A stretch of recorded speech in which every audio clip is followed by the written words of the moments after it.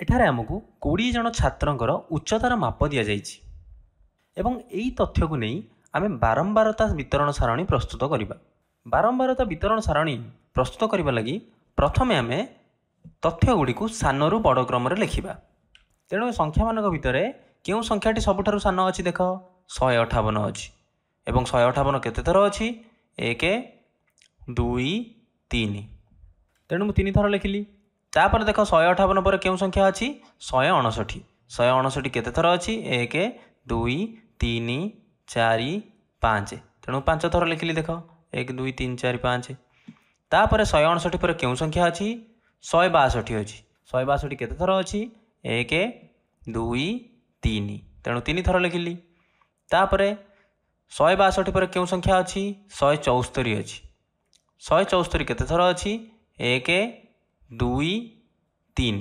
3 ଥର ଅଛି। ତେଣୁ 3 ଥର ଲେଖିଲି।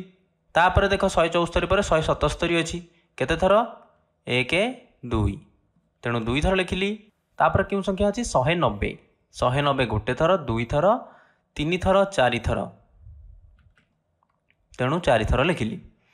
ଏବେ ସାନରୁ ବଡ଼ କ୍ରମରେ ଲେଖିଲା ପରେ ଆମେ ଦେଖିବା ଯେ କେଉଁ କେଉଁ ସଂଖ୍ୟା ଏଥିରେ ଅଛି। କେଉଁ କେଉଁ ସଂଖ୍ୟା ଅଛି 158 ଅଛି 159 ଅଛି 162 ଅଛି 174 ଅଛି 177 ଅଛି ଏବଂ 190 ଅଛି।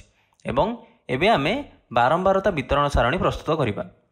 ବାରମ୍ବାରତା ବିତରଣ ସାରଣୀରେ ଆମେ କେଉଁ ସଂଖ୍ୟା କେତେ ଥର ଅଛି ତାହା ଲେଖିବା। ତେଣୁ ମୁଁ ଗୋଟେ ସାରଣୀ ପ୍ରସ୍ତୁତ କରିଛି। ବାମ ପାର୍ଶ୍ୱରେ ଉଚ୍ଚତା ନେଇଛି ଏବଂ ଏଠାରେ ମୁଁ ବାରମ୍ବାରତା ନେଇଛି। ପ୍ରଥମେ 158 କେତେ ଥର ଅଛି 3 ଥର। ତେଣୁ ମୁଁ 158 ସେଣ୍ଟିମିଟର ବାରମ୍ବାରତା ଲେଖିଛି 3। ତାପରେ 159 କେତେ ଥର ଅଛି 159 5 ଥର ଅଛି। ତେଣୁ ବାରମ୍ବାରତା ଲେଖିଲି 5। ତାପରେ 162 3 ଥର ଅଛି। ତେଣୁ ବାରମ୍ବାରତା ଲେଖିଲି 3। 174 3 ଥର ଅଛି। ବାରମ୍ବାରତା ଲେଖିଲି 3। 177 2 ଥର ଅଛି। ବାରମ୍ବାରତା ଲେଖିଲି 2 ଏବଂ 190 ଅଛି 4 ଥର। ତେଣୁ ବାରମ୍ବାରତା ଲେଖିଲି 4। ଏବେ ବାରମ୍ବାରତା ବିତରଣ ସାରଣୀ କରି ଆମେ କ'ଣ ଲାଭ ପାଉଛେ ଦେଖ। ମୁଁ ଯଦି ତୁମକୁ ଏବେ ପଚାରିବି 158 ସେଣ୍ଟିମିଟର ଉଚ୍ଚତାର ଛାତ୍ର କେତେ ଜଣ ଅଛନ୍ତି ତୁମେ କହିବ 3 ଜଣ। ତୁମକୁ ଆଉ ଗଣିବାକୁ ପଡ଼ିବନି। ବୁଝିପାରୁଛ।